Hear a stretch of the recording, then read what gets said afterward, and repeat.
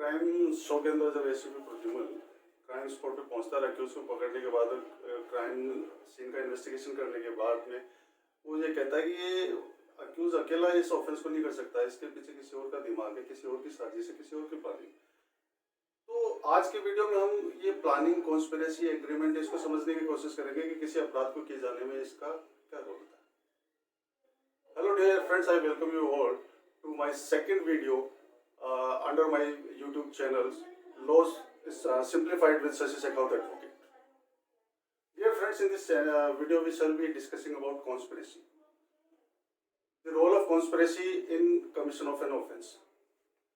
हमारे यहाँ हमारी इंडिया के अंदर एक पिनल कोड है जिसको हम इंडियन पिनल कोड कहते हैं। ये एक जनरल लॉ है, कॉम्प्रिहेंसिव लॉ है। ये इसके जो है वो सारे एस्पेक्ट्स जो है ऑफेंस के सारे कवर करता है। ये आईपीसी हमारा एक सब्सटेंटिव लॉ भी है। सब्सटेंटिव लॉ का मतलब होता है कि एक लॉ जो ऑफेंस को डिस्क्राइब भी करता है और उसके बाद में उसका एक पनिशमेंट भी प्रिस्क्राइब करता है। तो ये जो कॉन्स्पिरेसी जो है ये हमारे इस आईपीसी के अंदर सिंस बिगिनिंग इन्वॉल्व नहीं थी, इसको बाद में जो है वो इंसर्ट किया गया था। तो आप देखेंगे कि कॉन्स्पिरेसी जो है वो चैप्टर 5A, जिसमें केवल दो ही सेक्शन है, 120A और 120B। 120A के अंदर क्रिमिनल कॉन्स्पिरेसी को डिफाइन किया गया है और 120B के अंदर उसका पनिशमेंट बताया गया।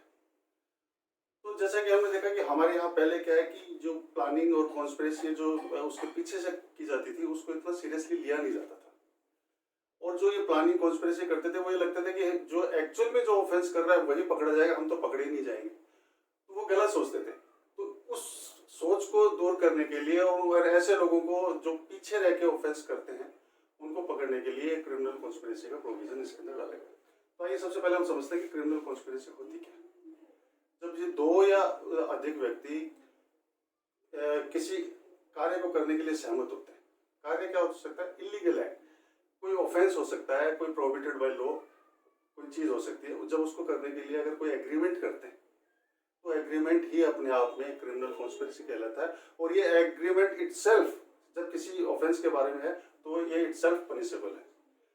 क्रिमिनल कॉन्स्पिरेसी का एक सिविल पार्ट और होता है, सेकंड जिसको कहते हैं। उसमें ये कहा गया कि जब दो या अधिक व्यक्ति किसी ऐसे एक्ट को which is not illegal by illegal means करते हैं तो उस केस के अंदर ये एग्रीमेंट अपने आप में पनिशेबल नहीं होता। उस केस के अंदर उस एग्रीमेंट के अलावा उसके परसुएंस में, उसके अकॉर्डेंस में कोई अन्य कार्य भी किया जाना आवश्यक है। कैसे, इसको एक उदाहरण से समझते हैं। उसके अंदर ये सेकंड पार्ट में जब ये कहते हैं कि हम नॉट इलीगल मतलब ऐसा कोई काम जो लीगल भी नहीं हो, मोरली गलत भी हो सकता है, लेकिन वो इलीगल नहीं है कानून की नजर के अंदर। जैसे कोई एक कोचिंग इंस्टीट्यूट चलाता है और वो एस्टेब्लिश हो रखा है, नामी है। अब एक बी आता है और वो एक उस जो इंस्टीट्यूट जो ऑलरेडी चल रहा है उसको फ्लॉप करने के लिए एक अपना इंस्टीट्यूट डालता है कॉम्पिटिशन करने के लिए। और उस कंपटीशन करने के लिए वो बहुत अच्छे लुब्रिकेटिव जो है वो स्कीम्स लेके आता है, ट्यूशन फीस नहीं लेता है, बच्चों को पिक एंड ड्रॉप फैसिलिटी देता है। इस तरह से करके वो ए का जो कोचिंग इंस्टीट्यूट है उसको कंपटीशन देके उसको फ्लॉप करने की कोशिश। ये लीगल है, ये इसके अंदर कोई वो नहीं, ये हेल्दी कंपटीशन अलाउड है इसके अंदर।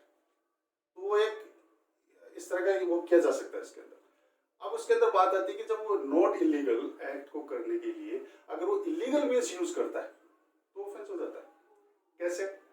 जैसे उसने एक इंस्टीट्यूट को फ्लॉप करने के लिए अगर कोई इलीगल मीन्स है, यानी वो अच्छी स्कीम ला के ट्यूशन फीस वेव करके पिक एंड ड्रॉप फैसिलिटी नहीं देके बल्कि कोई धमकियां देके या कोई ऑफेंसिव एक्ट करते हुए अगर वो उसको फ्लॉप करने की कोशिश करता है तो उस केस के अंदर वो जब कोई एग्रीमेंट करता है उसके साथ साथ उसको कोई एक्ट भी यानी कोई धमकी देने का या कोई बच्चों को कोई किडनैप करने, ऐसे कोई भी अगर ऑफेंस करता है उसके अंदर तो ऐसा एक्ट किया जाना आवश्यक है।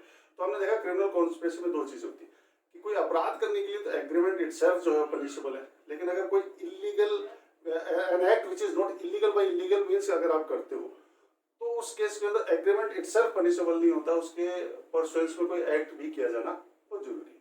जैसे हम इसको भी एग्जांपल से समझते हैं कि जब ये हमारा जो आईपीसी है वो 1860 का है, यानी अंग्रेजों के समय का है, तो उस वक्त इसके अंदर क्रिमिनल कॉन्स्पिरेसी को इन्वॉल्व नहीं किया गया था। फिर बाद में देखा गया कि सेंट्रल गवर्नमेंट की जो उसके अगेंस्ट में क्या है कि लोग क्या विद्रोह किया करते थे, तो उस विद्रोह को दबाने के लिए और करने के लिए, तो उन्होंने क्या है कि अटेम्प्ट को और ऐसे वेजिंग वार को तो उन्होंने ऑफेंस बना रखा था, लेकिन अगर उसके पीछे कोई कॉन्स्पिरेसी की जाती थी तो उसके लिए ऐसा कोई प्रोविजन उन्होंने डाल नहीं रखा। तो उन्होंने 120 ए और बी क्रिमिनल कॉन्स्पिरेसी को इन्वॉल्व करते हुए उन्होंने 121 A conspiracy to wage a war against government of India, उसके लिए भी उन्होंने एक प्रोविजन किया गया था। तो उसके अंदर उन्होंने अब उसके बाद में अगर सेंट्रल गवर्नमेंट के विरुद्ध अगर किसी भी तरह का कोई भी वेजिंग वॉर का कॉन्स्पिरेसी भी किया जाता है तो वो इटसेल्फ पनिशेबल है।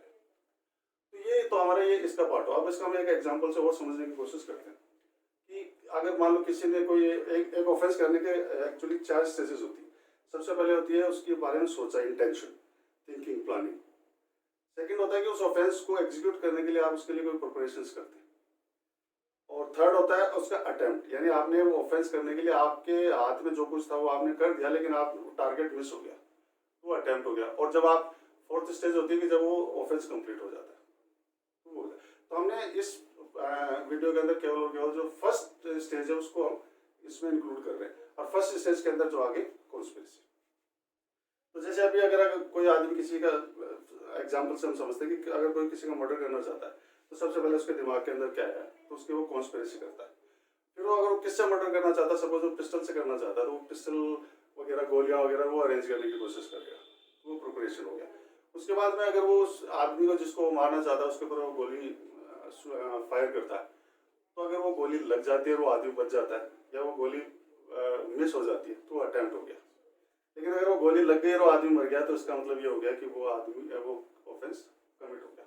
ये तो सामने जो कर रहा है वो हो रहा है, और अगर उसको कोई किसी और के साथ अगर उससे एग्रीमेंट करता है वो पहले कि यार मैं ऐसे ऐसे करना चाहता हूँ, और वो भी उसको उसमें अगर उसके हेल्प करता है कि आप इस तरह से करो, तो वो इसमें जो कॉन्स्पिरेटर हो गया, दोनों कॉन्स्पिरेटर भी हो गया, वो अक्यूज भी हो गया उस मामले के अंदर दोनों।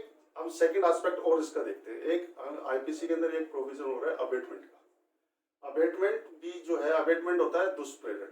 जब हम खुद कोई अपराध नहीं करते, किसी अन्य को अगर अपराध करने के लिए दुष्प्रेरित करते हैं, तो वो एक्ट जो है वो हमारा वो अबेटमेंट कहलाता है। तो अबेटमेंट भी क्या है, 3 तरीके से किया जा सकता है। सबसे पहले अबेटमेंट को किया जा सकता है इंस्टिगेशन के लिए, उकसा के किसी को, जो कि हम इस वीडियो में नहीं पढ़ेंगे। सेकेंड होता है अबेटमेंट बाय कॉन्स्पिरेसी, जो हम इसमें समझने की कोशिश करेंगे। और तीसरा होता है अबेटमेंट बाय एडिंग, कोई सहायता करें, वो भी हम इस वीडियो में नहीं पढ़ेंगे। तो हम सेकंड एस्पेक्ट ले रहे हैं, अबेटमेंट बाय कॉन्स्पिरेसी। इसमें क्या होता है कि जब कोई व्यक्ति किसी अन्य व्यक्ति के साथ मिलके और ये एग्रीमेंट करता है कि हम कोई ऑफेंस करेंगे, और उसके ऐसे किए जाने के परसुएंस में कोई ये एक्ट और ओमिशन भी कर देता है, तो वो अबेटमेंट बाय कॉन्स्पिरेसी होती है। तो इसके अंदर, इस अबेटमेंट बाय कॉन्स्पिरेसी के अंदर क्या एक से ज्यादा कॉन्स्पिरेसी हो सकती है। अभी हमने क्रिमिनल कॉन्स्पिरेसी में देखा तो उसमें जनरली एक ही कॉन्स्पिरेसी होती है, इसमें एक से ज्यादा होता है। हम कैसे होता है उसका एक एग्जांपल से समझते हैं। एक ऑब्जेक्ट रखा है कि कहीं किसी सिटी के अंदर हम बॉम्ब ब्लास्ट करना चाहता है कोई टेररिस्ट ग्रुप। उसने क्या किया कि एक शहर के अंदर ए और बी को एक जिम्मा दिया कि वो उसके लिए पैसा रेज करेंगे। किसी दूसरे शहर के अंदर सी और डी को ये रेज किया है कि वो उसके लिए आदमी इकट्ठा करेंगे। और किसी तीसरे शहर के अंदर ए और एफ को ये जिम्मा दिया है कि वो इन सब के लिए और जो चीज़ों की आवश्यकता है वो सब लेंगे, और किसी अन्य शहर के अंदर वो ब्लास्ट किया जाना है। तो आपने देखा इसमें ए और बी के बीच में एक कॉन्स्पिरेसी है। ए और बी को ये नहीं पता कि उसके दूसरे तीसरे चौथे शहर में इसी ऑब्जेक्ट को लेके और कॉन्स्पिरेसी चल रही है। तो उनके पास अपने पार्ट ऑफ कॉन्स्पिरेसी है, उनके जो आपस में एक दूसरे को इनडायरेक्टली ऑब्जेक्ट को लेके तो कोरिलेट कर रही है, लेकिन इनको आपस में नहीं पता कि कौन क्या कर रहा है। तो इस तरह का जब एक्ट किया जाता है तो ये अबेटमेंट बाय कॉन्स्पिरेसी कहलाता है। अच्छा, अब इसके अंदर अब जब हमने क्रिमिनल कॉन्स्पिरेसी में पढ़ा है अबेटमेंट बाय कॉन्स्पिरेसी, तो इसका थोड़ा कंपैरेटिवली और समझ लेते हैं। इसमें कॉन्स्पिरेसी में जैसे कि मैंने कहा कि ये एक सब्सटेंटिव ऑफेंस है, इसके अंदर एक अलग से चैप्टर बना के इसको सब्सटेंटिव बनाया गया है और इसको डिस्क्राइब किया, इसके लिए पनिशमेंट भी प्रिस्क्राइब किया, और इसके जो वहाँ प्रोसिक्यूशन किया जाता है तो उसका एक स्पेसिफिक चार्ज लगाया जा सकता है।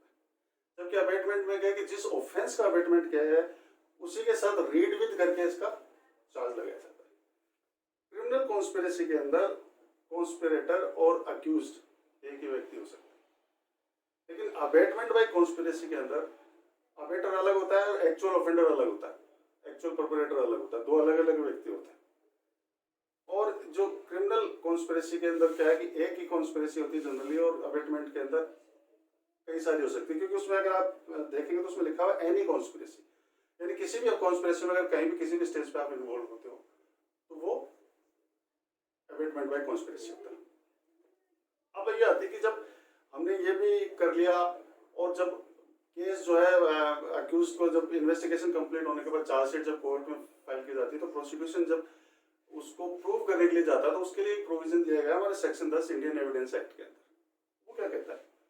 वो ये कहता है कि जब कोई रीजनेबल ग्राउंड एग्जिस्ट करते हैं कि कोई क्रिमिनल कॉन्स्पिरेसी की गई है, तो ऐसी क्रिमिनल कॉन्स्पिरेसी किए जाने के बाद किसी ने भी कुछ भी कहा हो, एनीथिंग सेड, एनीथिंग डन और एनीथिंग रिटन, तो उसका एविडेंस दिया जा सकता है टू शो कि ऐसी क्रिमिनल कॉन्स्पिरेसी उन लोगों के बीच में एग्जिस्ट करती थी और वो ऐसी क्रिमिनल कॉन्स्पिरेसी के पार्ट है, कॉन्स्पिरेटर है। ये चीजें साबित करने के लिए तो उन्होंने जो कुछ भी कहा, किया या लिखा है वो एक रेलेवेंट फैक्ट बन जाता है सेक्शन 5 से लेकर 55 के तहत, यानी under section 10 of Indian evidence act. तो क्रिमिनल कॉन्स्पिरेसी को और अबेटमेंट बाय कॉन्स्पिरेसी को प्रूव करने के लिए सेक्शन 10 इंडियन एविडेंस एक्ट जो है वो एक प्रोसीजर ले डाउन करता है। अब हमने जब ये चीजें यहाँ हमारी क्लियर हुई है, तो उसके बाद में अब हम ये देखते हैं कि लोग पहले क्या सोचते थे कि ऑफेंस हम इन्वॉल्व नहीं हो रहे, हम केवल पीछे कमरे में बैठ के हमने प्लानिंग कर दी है, एग्जीक्यूट करने वाले को है तो हम कैसे पकड़े जाएंगे, हम कैसे लायबल है। तो यही उनको रॉन्ग प्रूव करने के लिए और उनको कैच करने के लिए ये स्पेसिफिक प्रोविजंस हमारे आईपीसी के अंदर डाले गए हैं।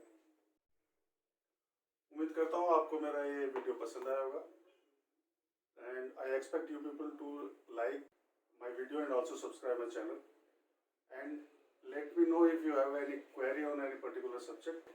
कोई टॉपिक भी बता सकते हैं जिसके ऊपर मैं आपके लिए वीडियो बना सकता हूँ। मैं ज़रूर से कोशिश करूँगा कि आपके लिए वो वीडियो उस टॉपिक पे बना। Thank you.